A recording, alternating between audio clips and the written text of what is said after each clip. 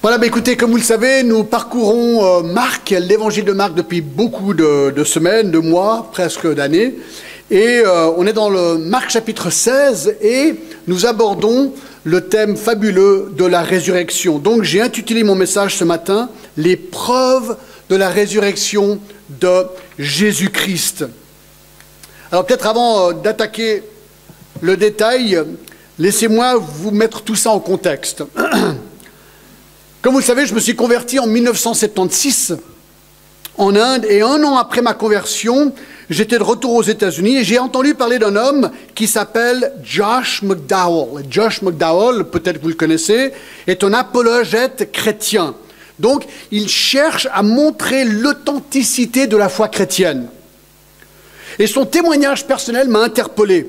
En tant qu'universitaire, lui n'aimait pas les chrétiens. Mais un jour, une chrétienne lui a lancé le défi d'examiner l'authenticité du christianisme et surtout l'authenticité de la résurrection de Jésus-Christ. Et donc, il a relevé le défi avec but de refuter la résurrection, de dire que c'était une invention humaine. Alors, l'arrière-plan de son premier volume, Evidence That Demands a Verdict, et je vais vous montrer le livre, donc il est très vieux, et je crois qu'il y a des nouvelles copies, même ça existe même en français, ça s'appelle Evidence That Demands a Verdict. Ce livre avait comme objectif de faire du christianisme une farce. Il a fait 2 ans de recherche aux États-Unis, ensuite en Angleterre et en Europe, où il a réuni beaucoup d'éléments, et Josh McDowell lui-même a dit, il cite, je le cite, « Mes recherches se sont allumées à contre-feu contre moi ». Intellectuellement, Josh McDowell a conclu que Jésus devait être qui il avait prétendu être. Il était convaincu que c'était le Saint-Esprit qui l'avait amené lui-même, donc Josh, à ce point. Et tenez-vous bien, il est devenu chrétien, évangélique, et a passé 13 années supplémentaires à documenter ses recherches dans ce livre. Et d'autres livres, il a beaucoup de livres. Enfin, il y en a un autre, j'aimerais vous montrer, en français, qui s'appelle tout simplement La Résurrection. Des livres excellents qui vont donner beaucoup plus en détail ce que je vais vous dire ce matin. Donc en étudiant le christianisme pour en faire une farce, Josh a réalisé que le centre du débat se situait sur le problème de la résurrection. Lorsqu'on enlève tout ce qui est autour du christianisme, le centre du débat, c'est tout simplement la résurrection. Il a passé des milliers d'heures dans ses recherches, il a conclu une chose. Il a dit, la résurrection est ou bien la plus grande farce de tous les temps, ou bien le plus grand événement historique qui n'a jamais eu lieu dans l'histoire du monde. Alors ce matin, je vais me servir amplement de ces recherches, de messages par lui que j'ai écoutés, pour vous donner ce message que j'ai intitulé « Les preuves de la résurrection de Jésus-Christ » que j'avais déjà donné même il y a l'époque, il y a bien longtemps en arrière. Alors, ce qu'il faut savoir, c'est que Jésus lui-même, lorsqu'il était vivant, a mis beaucoup d'emphase sur la résurrection. L'apôtre Paul dit dans 1 Corinthiens 15, 17, « Et si Christ n'est pas ressuscité des morts, votre foi est vaine. » Jésus lui-même, et Paul plus tard, a enseigné que la résurrection était un point central de ce qui allait se passer dans l'avenir. Jésus avait prédit sa résurrection à plusieurs reprises. Donc, tout revient à la résurrection. Si Christ n'est pas ressuscité, nous dit Paul, eh bien tu peux croire en tout ce que tu veux, mais ta foi est vaine. Elle ne sert à rien. La résurrection de Jésus-Christ et le christianisme tiennent debout et s'écroulent ensemble. Alors, c'est simple. Est-ce que vous voulez réfuter le christianisme? Il n'y a rien de plus simple. Rien de plus simple que de réfuter le christianisme. Tout ce qu'il faut faire, c'est de trouver des explications convaincantes pour l'erreur de la résurrection. Prouver que la résurrection n'a jamais eu lieu, c'est terminé, les gars. Le christianisme s'écroule. Donc c'est tout simple. C'est ce que Josh a essayé de faire. Il s'est converti. Donc, c'est un défi assez intéressant, je trouve. Dans ses livres, il cite un homme, Dr. Simon Grayleaf. C'était un célèbre professeur de droit à l'université de Harvard aux États-Unis. Il a écrit 3 livres célèbres sur le droit de l'évidence légale. Pendant des années, c'était la base même pour l'évaluation et l'évidence des preuves ou des pièces de conviction qu'on amène dans une cour de justice. Cet homme était un sceptique, c'est-à-dire qu'il se moquait constamment des chrétiens qui se trouvaient dans ses classes. Un jour, les étudiants chrétiens à Harvard étaient fatigués d'entendre ce prof parler ainsi, donc ils ont lancé un défi au docteur Greenleaf, celui de prendre ces 3 volumes qu'il avait lui-même écrits sur l'évidence légale et de les appliquer à la résurrection. Il a accepté le défi et dans le procédé, il s'est converti à Jésus-Christ, il est devenu chrétien. Il a ensuite écrit un livre important sur le sujet, sa conclusion. Un des érudits légaux les plus grands des États-Unis a dit ceci, je le cite, « La résurrection de Jésus-Christ est l'un des événements historiques les mieux établis selon les lois de l'évidence juridique administrée dans les cours de justice. » Intéressant. Un autre homme, le docteur Frank Morrison, était journaliste. Lui pensait que la vie de Jésus était la vie la plus belle qui a toujours existé. Donc il pensait que c'était un homme très très bien, mais lorsque on parlait de la résurrection, il était très irrité. Lui, il pensait que quelqu'un était venu dans l'histoire et avait attaché une sorte de mythe à la merveilleuse histoire de la vie de Jésus, le mythe de la résurrection. En fait, il était tellement irrité par ce mythe de la résurrection qu'il a écrit un livre pour réfuter ce mythe de la résurrection. Il était tellement sincère dans ses recherches, il est allé en Palestine pour faire encore plus de recherches, et pendant qu'il était là-bas, lui aussi est devenu chrétien.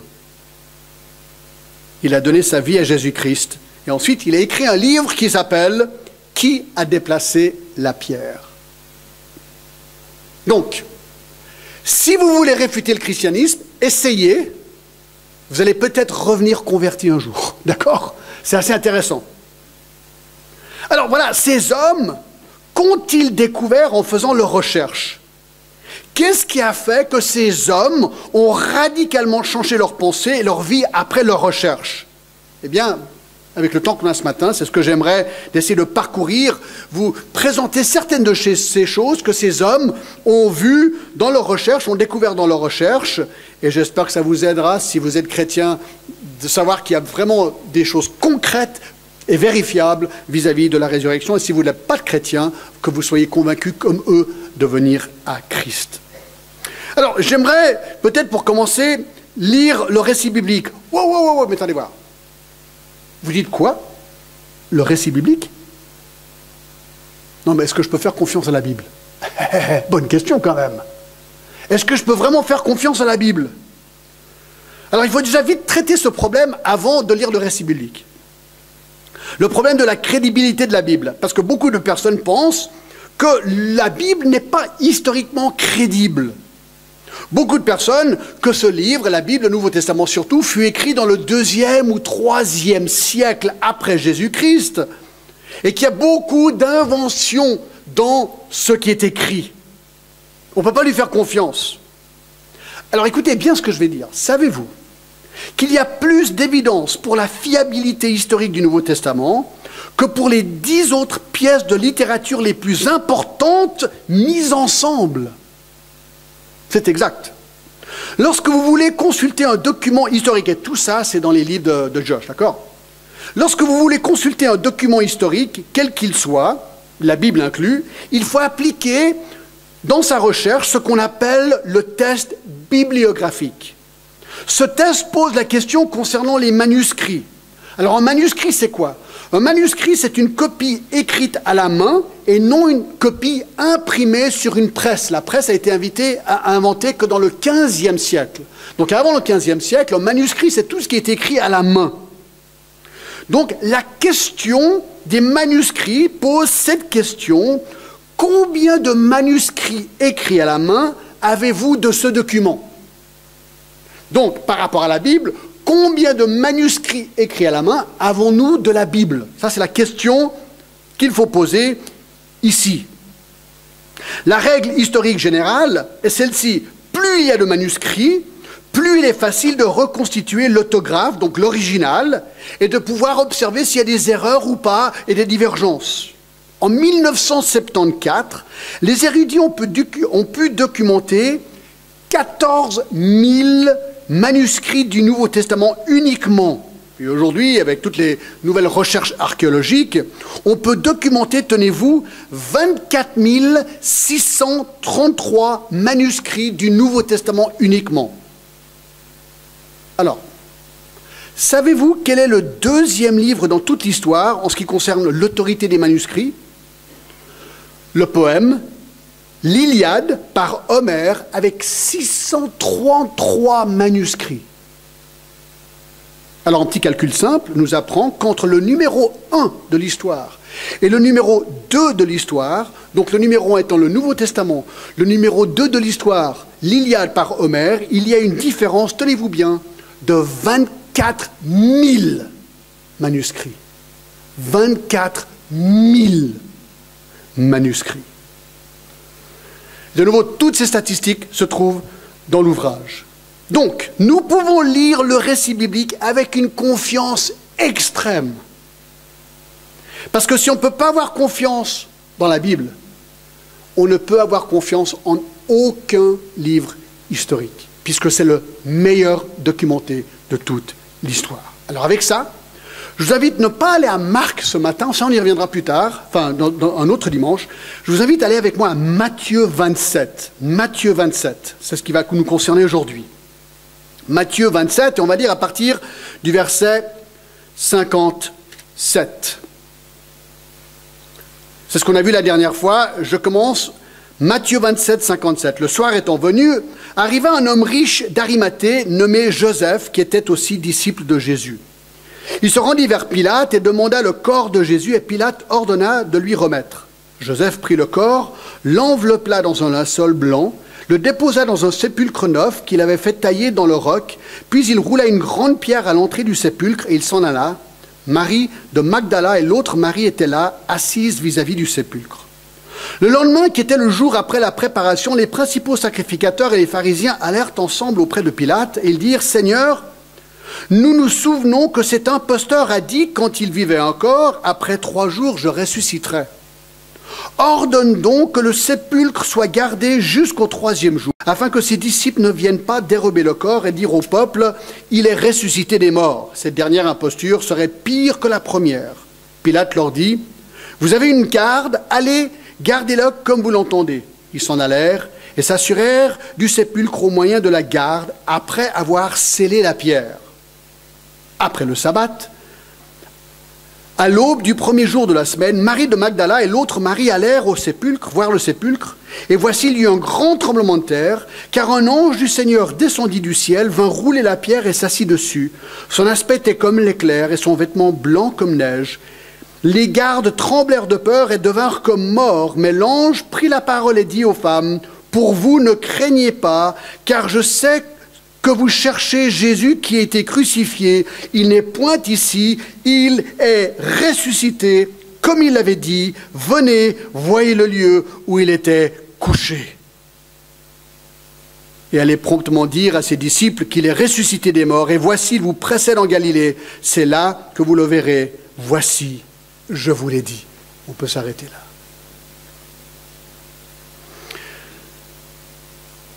Alors, je découpe notre étude en 4 parties toutes simples. Premièrement, les précautions prises à la tombe. Deuxièmement, la résurrection. Troisièmement, les constatations. Et quatrièmement, les implications. Alors, quelles étaient les précautions prises à la tombe? Numéro 1. L'enterrement a eu lieu selon les coutumes des Juifs. Ça, on l'a vu la semaine dernière. Vous vous rappelez que dans Jean 19, 39 à 40, il y a eu plus de 100 livres d'épices et de myrrhe et d'aloe qui ont été utilisés pour envelopper le corps de Jésus. Vous vous rappelez? Alors on s'est dit, waouh, ça fait beaucoup d'épices. Mais on avait aussi vu que Gamaliel, le petit-fils du grand érudit Hillel, lorsque lui il est mort, on a utilisé 87 livres d'épices. Donc ça, c'était documenté dans l'histoire. Et l'historien Flavius Joseph nous dit que lorsque Hérode est mort, il y avait tellement d'épices qu'il fallait 500 esclaves pour les porter. Donc ça fait vraiment beaucoup d'épices. Alors qu'est-ce qu'ils faisaient? Ils prenaient ces épices, on avait vu ça la semaine dernière, et ils en faisaient une sorte de pâte gommeuse. Et ensuite, ils prenaient des bandes de toile de lin de 30 cm de large. Ils commençaient à envelopper le corps. Donc ils commençaient avec les pieds, ils enveloppaient, et chaque fois qu'ils faisaient un contour, ils mettaient de la pâte, et ainsi de suite. Donc ils faisaient les jambes, ensuite ils faisaient les doigts, ils faisaient les bras, ensuite ils mettaient les bras contre le corps, et on enveloppait le corps, et tout le corps était ainsi enveloppé, sauf la tête. Ça, le visage était fait par un morceau de tissu différent et séparé. Donc, le grand total, à la fin, c'était environ 120 livres. Première précaution. Deuxième précaution, le corps fut déposé dans un sépulcre neuf qui s'était fait tailler dans un roc. Ça aussi, on l'a vu la semaine dernière. Donc, Joseph d'Arimathée avait fait construire probablement pour lui-même une tombe, un tombeau, dans un roc. Donc, ils ont creusé un trou dans le roc. Et la porte d'entrée avait environ 1 mètre de hauteur. C'est pour cela que le texte nous dit dans Jean 20, et le verset 5, que quand les femmes ont vu le tombeau, elles sont allées le dire à Pierre et Jean. Pierre et Jean sont revenus en courant. Il est dit que Jean a dû se baisser pour rentrer dans le tombeau. Et si vous allez au jardin du tombeau aujourd'hui en Israël, vous verrez que vous devez baisser la tête pour rentrer dans le tombeau. Troisième précaution, une grande pierre fut roulée à l'entrée du sépulcre. Alors dans Matthieu 27, 60, il est dit, il déposa dans un sépulcre neuf qui s'était fait tailler dans le roc, puis il roula une grande pierre à l'entrée du sépulcre et s'en alla. Donc Matthieu nous dit que la pierre était grande.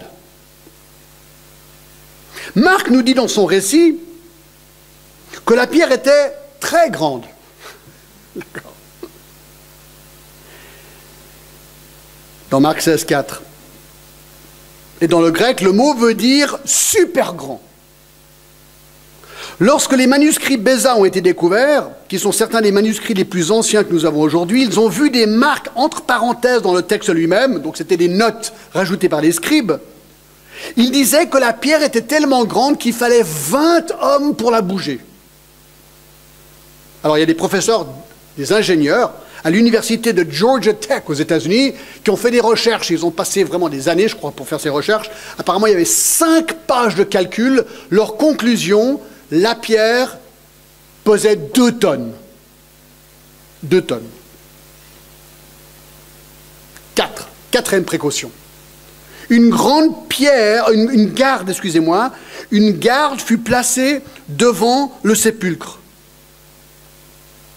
On l'a lu tout à l'heure. Dans Matthieu 27, 62, mettez une garde, ils ont mis une garde. Donc les leaders juifs sont allés voir les leaders romains pour leur parler, leur dire, écoutez, il faut une garde. Cet imposteur a dit quand il était vivant encore, nous l'avons tous entendu, après 3 jours je vais ressusciter. Donc ils ont eu peur, le fait que Jésus avait prédit qu'il a ressuscité.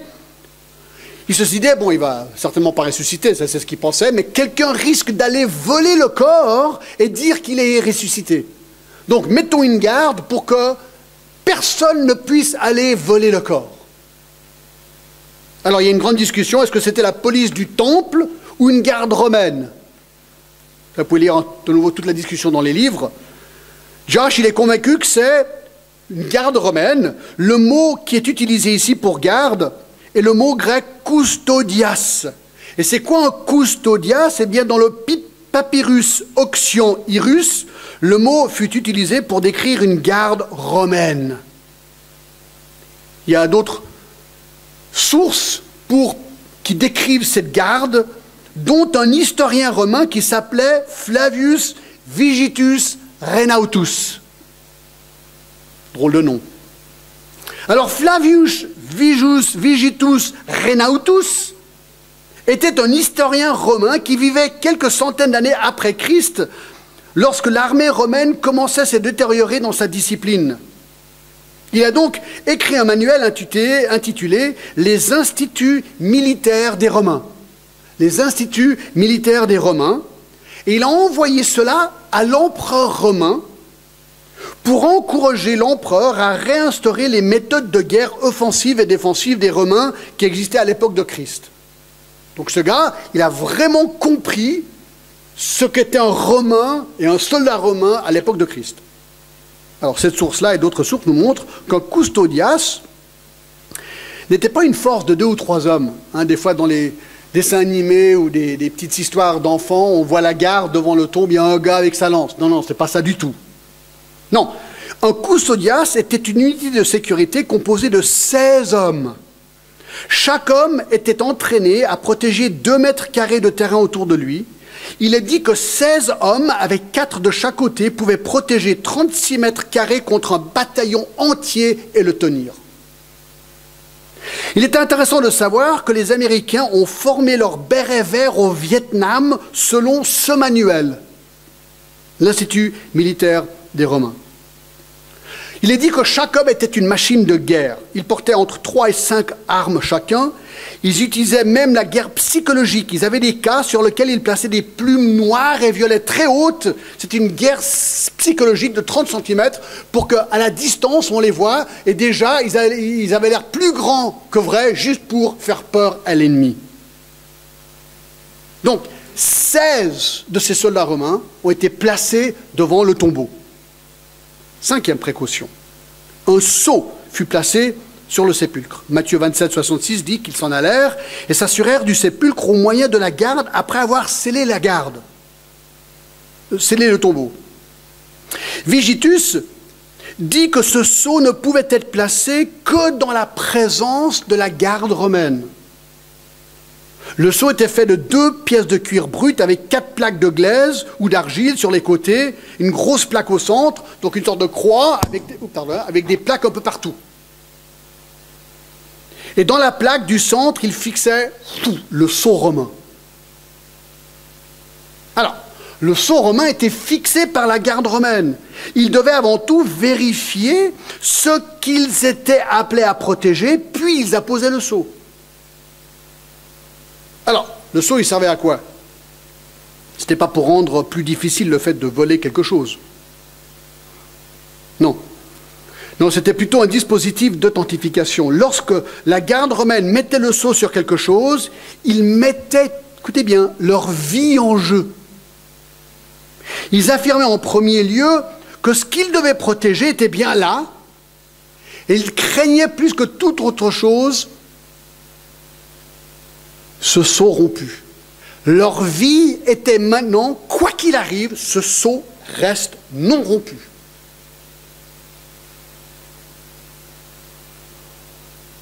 Alors, comment est-ce que cette garde de nuit se passait? Il y avait donc 16 hommes divisés en 4 unités de 4 hommes. 4 hommes étaient réveillés en tout temps devant ce qu'ils devaient protéger. Les autres 12 dormaient dans un demi-cercle autour de ce qu'ils protégeaient. Chaque 4 heures, un groupe de 4 hommes était réveillé pour prendre la garde, pour permettre aux 4 qui venaient de faire la garde de dormir à leur tour. Donc ils faisaient une rotation pour une raison très précise. Dans le cas où ils seraient menacés en tout temps, ces 16 hommes seraient reposés et prêts à se battre. Donc il y a 16 hommes qui sont placés devant le sépulcre qui avait été scellé par le sceau romain. Alors,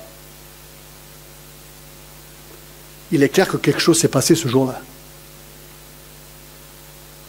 Une chose s'est passée dans l'histoire, là.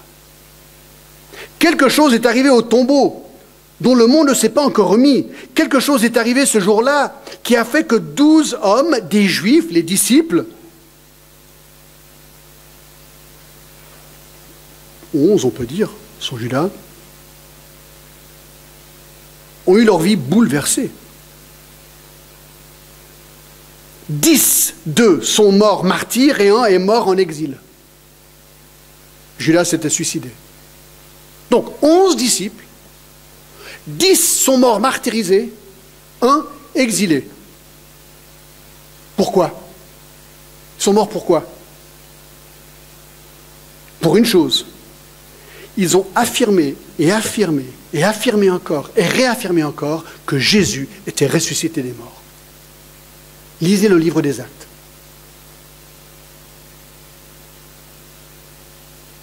Ils ont affirmé que pendant 40 jours, Jésus leur est apparu. Et qu'il a donné des preuves, acte 1, 3. Et cette phrase est utilisée dans les cours de justice à l'époque pour décrire des preuves irréfutables. Prenez Thomas. Thomas, par exemple, c'était le douteur, on l'appelle le Thomas le douteur. Il a dit, je ne croirai pas à moins que je voie Jésus ressuscité, que je puisse mettre mon doigt dans les trous qui l'ont percé.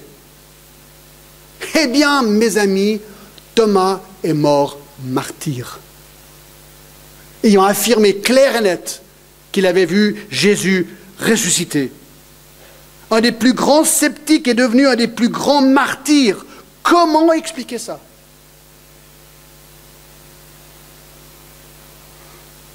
Alors, il y a beaucoup de théories sur les fraudes possibles de la résurrection. Il faut les lire. C'est intéressant de les lire. On n'a pas le temps de les réviser aujourd'hui, peut-être un autre jour. On peut dire ceci, dans les théories qui existent, si elles sont en fait vraies, elles demandent un plus grand miracle que la résurrection elle-même. Pour que ces théories marchent, elles doivent changer l'évidence historique. Ils doivent changer le texte du livre le plus fiable historiquement de tous les temps. Ça, c'est un problème. Ok, alors voyons ce qui s'est passé ce jour-là, d'accord? Deuxième grand point, la résurrection elle-même. La résurrection elle-même. Matthieu 28, après le sabbat, à l'aube du premier jour de la semaine, Marie et Magdala et l'autre Marie allèrent voir le sépulcre. Voici, il y eut un grand tremblement de terre. Premièrement, un grand tremblement de terre. Car un ange du Seigneur descendit du ciel, vint rouler la pierre et s'assit dessus. Regardez, son aspect était comme l'éclair et son vêtement blanc comme la neige. Et verset 4, les gardes tremblèrent de peur et devinrent comme morts. Alors, allez voir. 16 hommes, soldats romains, armés jusqu'aux dents, avec la peine de mort, comment dire, qui les attend, tremblent, deviennent comme morts. Mes amis, il a fallu un sacré tremblement de terre pour ça. C'est vrai. 2. C'est les constatations, hein. C'est ce qu'on est en train de voir, ce qui s'est passé. Tremblement de terre. 2. L'ange roula la pierre et s'assit dessus. Verset 2. Voici, il y eut un grand tremblement de terre, car un ange du Seigneur descendit du ciel et vint rouler la pierre et s'assit dessus. Donc il est dit qu'il y a un ange qui est apparu, qui a roulé la pierre et s'assit dessus. C'est quand même marrant, vous ne trouvez pas? C'est intéressant. Alors pourquoi est-ce qu'il a roulé la pierre, l'ange? Pour que Jésus puisse sortir? Non. C'est pas pour que Jésus puisse sortir. Non, lui, il pouvait traverser les murs. Ça, on l'a vu dans Jean 20, avec Thomas. Non, il a roulé la pierre pour que nous puissions aller voir à l'intérieur ce qu'il y avait. 3.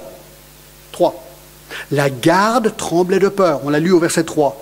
Son aspect était comme éclair et son vêtement blanc comme la neige. Verset 4. Les gardes tremblaient de peur et devinrent comme morts. Alors, dans tous les textes parallèles, il est indiqué que certains sont restés au sépulcre pendant que d'autres sont allés voir le haut sacrificateur. Regardez le verset 11. Pendant qu'elles étaient en chemin, quelques hommes de la garde entrèrent dans la ville et annoncèrent aux principaux sacrificateurs tout ce qui était arrivé. Ceux-ci, après être rassemblés avec les anciens à avoir conseil, donnèrent aux soldats une forte somme d'argent en disant « Dites, ces disciples sont venus la nuit le dérober pendant que nous dormions. Et si le gouverneur l'apprend, nous l'apaiserons et nous vous tirerons de la peine. » Les soldats prirent l'argent et suivirent les instructions qui leur furent données, et ce bruit s'est répandu parmi les Juifs jusqu'à ce jour. Donc ils sont allés voir le haut sacrificateur, parce qu'ils savaient que celui-ci avait une grande influence chez les Romains.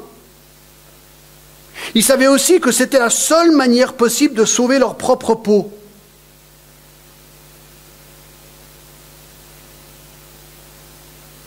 Donc ils ont été soudoyés. Alors certains disent, ouais, mais si c'était la police du temple, il n'y aurait pas eu besoin de les soudoyer. Bien que le texte ne le dit pas explicitement, on peut supposer que quelque chose s'est bien passé entre-temps, que le haut sacrificateur a envoyé un comité au sépulcre pour voir de leurs propres yeux ce qui s'est passé. Ils ne vont pas tout simplement croire ces gardes qui vont leur dire, écoutez, le corps a été volé. Un ange est apparu. Il y a un tremblement de terre. Ils vont dire, mais attendez voir, vous avez des problèmes psychologiques. Ils ne vont pas juste croire ces 16 seuls leur amant. Oui, écoutez, il y a eu un ange là, et puis... Non, non. Non. Vous pouvez être assuré qu'ils sont allés voir eux-mêmes. Ils sont revenus et ils ont conclu que quelque chose de très étrange était arrivé au sépulcre. Tellement qu'ils ont été convaincus que ces hommes apparemment disaient la vérité. Apparemment, ils savaient qu'ils ne pouvaient pas en bonne conscience tenir l'unité romaine, les 16 hommes, pour responsables d'avoir failli à leur tâche. S'ils avaient pu faire cela, alors ils n'auraient pas eu le besoin de les soudoyer. S'ils avaient pu tout simplement prouver que la garde romaine était incompétente, leur cas aurait été gagné, mais ils ne pouvaient pas le prouver. Ils savaient que la garde romaine n'était pas incompétente, elle était compétente. Donc ils se sont dit, il y a vraiment eu un truc, donc il faut les soudoyer. Et puis le texte nous dit qu'ils leur ont dit, si vous dites que les disciples sont venus la nuit dérober le corps pendant que nous dormions, que cela s'est répandu, si cela arrive aux oreilles du gouverneur romain, comme quoi Jésus est ressuscité des morts, nous vous éviterons la mort. Je continue. 3. Troisième point sur la résurrection. Non, excusez-moi, ça c'est le troisième grand point. Donc ça c'est ce qui s'est passé à la résurrection. Alors, troisième point, la constatation. Alors, est-ce que les disciples ont volé le corps ou pas? Est-ce que les disciples ont volé le corps ou pas?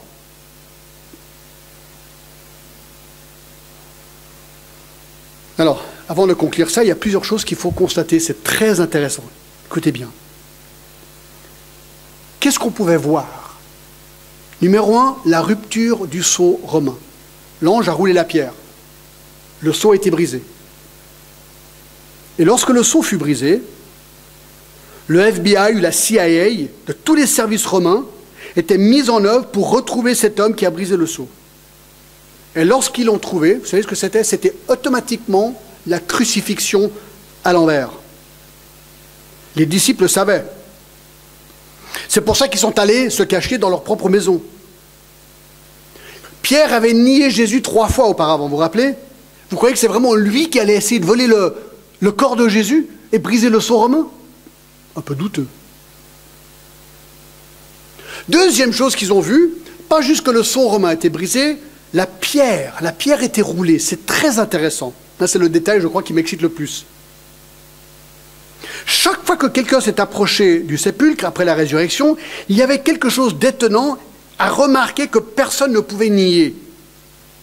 C'est le positionnement de la pierre. 4 affirmations étonnantes sont présentes dans le grec qui sont perdues lorsqu'on le lit en français. Lorsqu'on regarde le positionnement exact de la pierre. Matthieu nous dit que la pierre fut roulée de l'ouverture du sépulcre. Ok. La pierre fut roulée, l'ange assis dessus, c'est tout ce qu'on sait.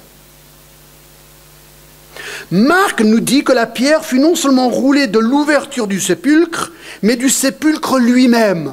Donc on peut imaginer la pierre devant le sépulcre, on pourrait imaginer que la pierre était roulée juste assez pour laisser quelqu'un rentrer.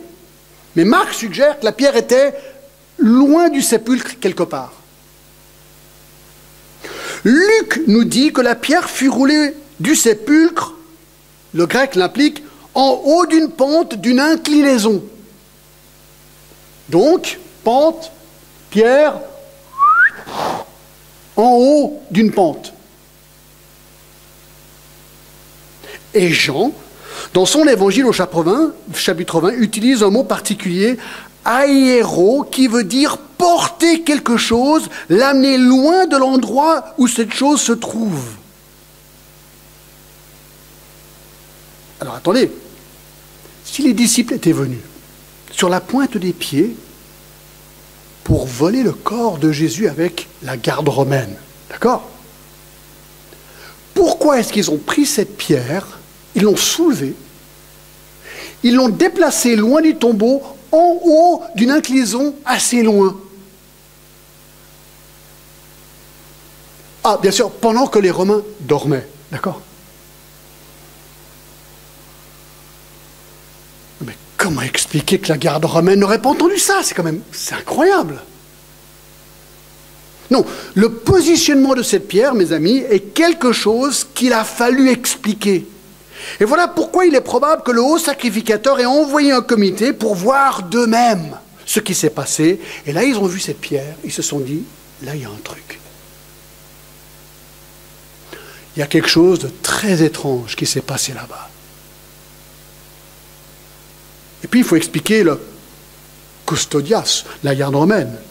Il est absolument impossible d'affirmer que la garde romaine de 16 hommes s'est endormie. Il faut relire Publius, vous vous rappelez ce gars? Son Digeste 49.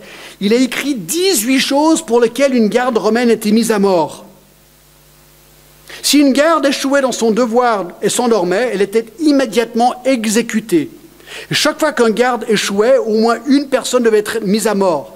Si on ne savait pas qui était le coupable principal, on tirait au sort. Et lorsqu'ils exécutaient la personne, ils le brûlaient vivant par le feu, commençaient avec ses propres habits. Puis ils faisaient retentir des trompettes dans la région pour que les gens prennent conscience de la discipline sévère de l'armée romaine. Pas un de ces hommes se serait endormi ce soir, hors les 4 heures où ils étaient supposés dormir. Et s'ils avaient vu un garde dormir, les 15 autres l'auraient tapé jusqu'à qu'il se réveille. Pas trop fort, sinon il s'évanouit, d'accord? Mais ils auraient tout fait pour que personne ne s'endorme. C'était le but de l'exercice ici. Quelles étaient les autres offenses pour lesquelles on donnait la peine de mort à la garde romaine? De parler avec l'ennemi, la désertion. Si vous perdiez un bras, on vous exécutait. Il ne faut pas perdre de bras quand vous battez, ça c'est très important. La désobéissance pendant une bataille, le refus de protéger un officier, de quitter son poste, le meurtre, insulte à un général, peine de mort. De blesser un de ses propres soldats, de se mutiler soi-même, de quitter la garde de nuit, de briser la lance d'un centurion, et si un homme échouait à son devoir en s'endormant pendant la garde. Quatrième chose, la tombe n'était pas vide. Vous vous rappelez, les femmes sont arrivées, elles ont paniqué. Ensuite, elles sont allées parler avec Pierre et Jean. Pierre et Jean sont revenus en courant. Il est dit que Jean est arrivé en premier, qu'il s'est baissé pour rentrer dans le tombeau. Et une fois arrivé, il a vu, on avait placé le corps de Jésus. Et là, qu'est-ce qu'il a vu? Qu'est-ce qu'il a vu? McDowell, dans son livre, il est convaincu que ce qu'il a vu, c'était une coquille dure et vide. Parce que cette pâte gommeuse qu'on mettait autour de ces bandes, en 3 jours, surtout dans la sécheresse du Moyen-Orient, avait séché. Et Jésus, fou, il est ressuscité. Qu'est-ce qui restait? La coquille. C'est ce qu'il dit. C'est ce que lui pense. C'est pour ça que lorsque Jean et Pierre ont vu, il est dit qu'ils ont cru.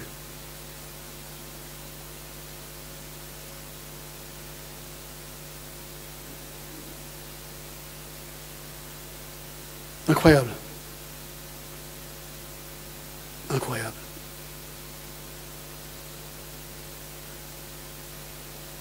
Vous dites, mais c'est peut-être les Romains ou les Juifs qui ont pris le corps. Alors cette thèse est intéressante, à moins que vous y réfléchissiez un petit peu. Pourquoi ferait-il la chose qui leur créerait encore plus de problèmes? Si tu veux montrer que la résurrection est impossible, pourquoi tu vas voler le corps? C'est pas logique. Au contraire, si tu veux déprouver la résurrection, tu prends le corps mort et tu le montres à tout le monde.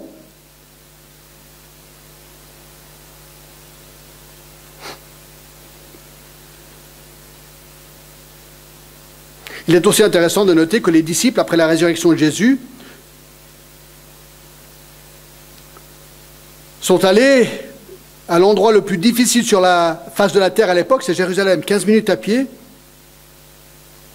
N'importe qui aurait pu prendre le corps et le montrer à Jérusalem.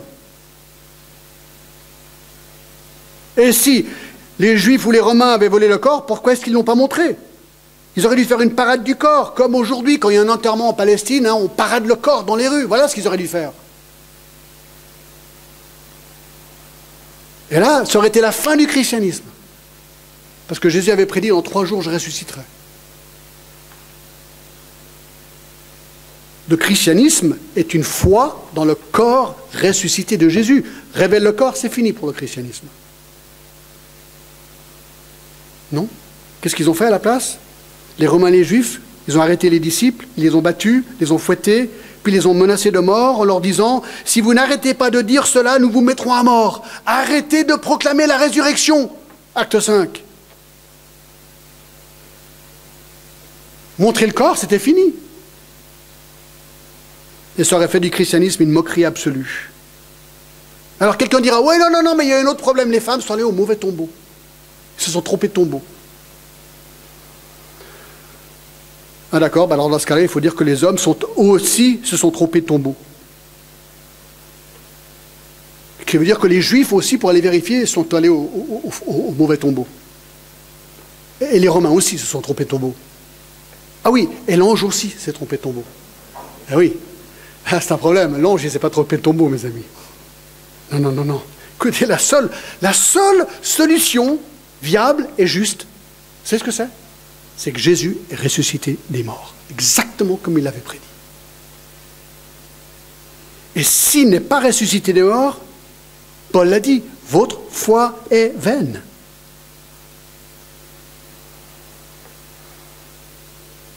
Vous savez pourquoi les vies chrétiennes sont transformées? Parce que Jésus est ressuscité. Parce que Jésus est ressuscité.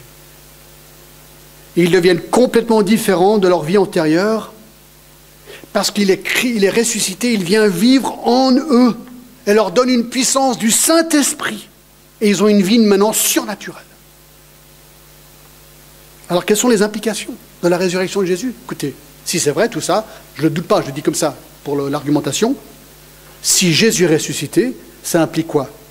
Numéro 1, il est vraiment le Fils de Dieu. Il est vraiment le Fils de Dieu.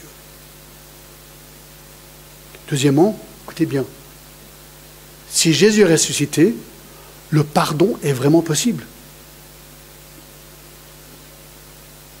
Son sacrifice sur la croix a résolu une fois pour toutes le problème du péché. Et en ressuscitant les morts, il a vaincu la mort, mais le péché qui provoque la mort. Le salaire du péché, c'est la mort. Mes amis, Christ peut vraiment pardonner notre péché. C'est vraiment vrai.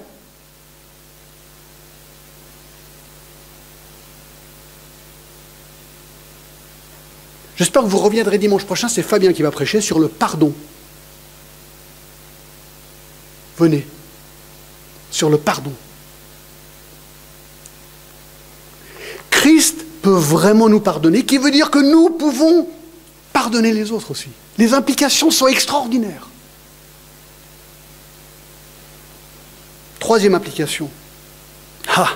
Si Christ est ressuscité, cela confirme que nous devons aussi être ressuscités des morts.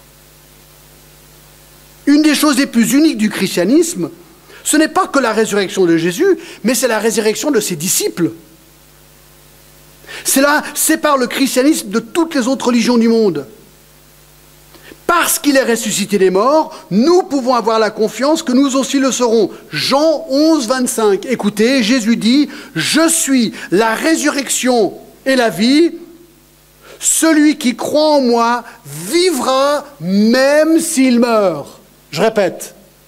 « Je suis la résurrection et la vie. Celui qui croit en moi, dit Jésus, vivra même s'il meurt. » Waouh, qu'est-ce qu'il est en train de dire?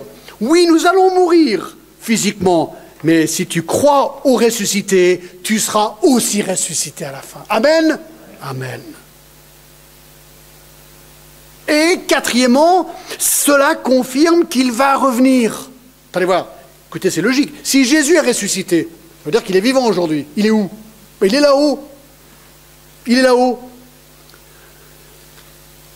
Et écoutez ce qu'il a dit, c'est trop génial. Jean 14. Que votre cœur ne se trouble point. Verset 1. Croyant en Dieu, croyant en moi. Il y a plusieurs demeures dans la maison de mon Père. Si cela n'était pas, je vous l'aurais dit, je vais vous préparer une place. Et lorsque je m'en serai allé, que je vous aurai préparé une place, je reviendrai et je vous prendrai avec moi, afin que là où je suis, vous le soyez aussi. Est-ce que je peux encore entendre un amen? Mais ouais, il est là-haut, il va revenir pour nous chercher. C'est ce qu'il a dit. Donc, sa résurrection confirme qu'il va revenir. Il a prédit qu'il allait ressusciter, il est ressuscité. Il prédit qu'il va revenir, il va revenir. Je ne sais pas quand. Ça, je ne sais pas quand. Mais c'est pas grave, je suis prêt. Et toi? T'es prêt? S'il revenait aujourd'hui, honnêtement, t'es prêt? Tu pars ou tu restes? Vraiment. S'il revenait aujourd'hui, le ciel, tu es pardonné ou son jugement?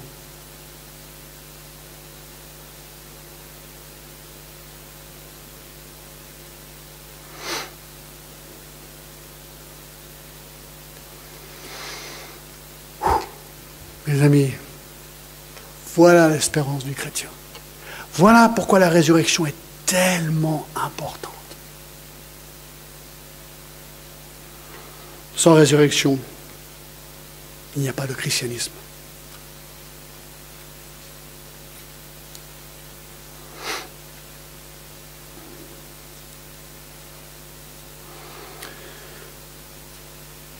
Aujourd'hui, on a la Sainte Seine.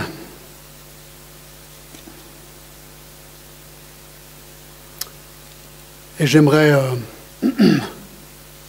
nous préparer pour la Sainte Seine. Il est ressuscité après être mort. Après être mort.